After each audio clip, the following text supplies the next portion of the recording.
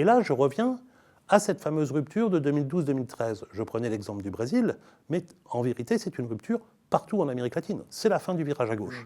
Et pourquoi ? C'est l'épuisement d'un projet politique.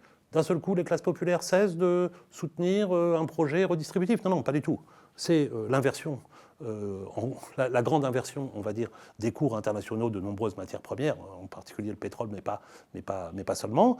Et effectivement, l'arrêt brutal de la capacité redistributive qu'avaient eu les gouvernements de gauche depuis le début des années 2000, dont je répète toujours qu'elle avait eu de véritables effets, hein, contrairement à une note récemment publiée par l'Institut Montaigne qui explique que dans le Venezuela des années 2000, on n'a jamais su lutter contre la pauvreté. C'est entièrement faux. Quand on regarde les chiffres de la pauvreté et des inégalités au Venezuela entre le début des années 2000 et la fin des années 2000, on a une très nette diminution de la pauvreté. Éradication de l'analphabétisme aussi. Et de l'indice de Gini.